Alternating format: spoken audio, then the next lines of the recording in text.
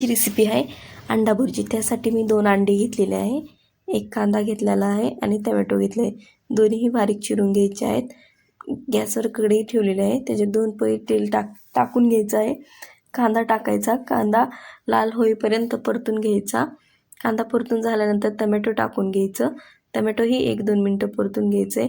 नंतर त्यात चटणी टाकायची आहे, लाल मिरची पावडर टाकायची, धना पावडर टाकून घ्यायची आहे, थोडीशी हळदही टाकायची आहे। पुन्हा 1-2 मिनटं परतून घ्यायचं। चवीनुसार नमक टाकून घ्यायचं। त्यानंतर पुन्हा 1-2 मिनटं परतून घ्यायचं। जी अंडी होती ती फोडून घ्यायची। मी इथं दोन्हीही अंडी फोडलेली आहे। पुन्हा 1-2 मिनटं मी परतून घेतलेलं आहे। मी त्याच्यात शेजवान चटणी ॲड केलेली आहे, चव येते शेजवान चटणीने। तुमच्याकडे असेल तर तुम्ही टाकू शकता। त्यानंतर मी 1-2 मिनटं पुन्हा परतलेले आहे आणि थोडीशी मी वरनं कोथिंबीर टाकलेली आहे, कोथिंबीरनेही चव येते।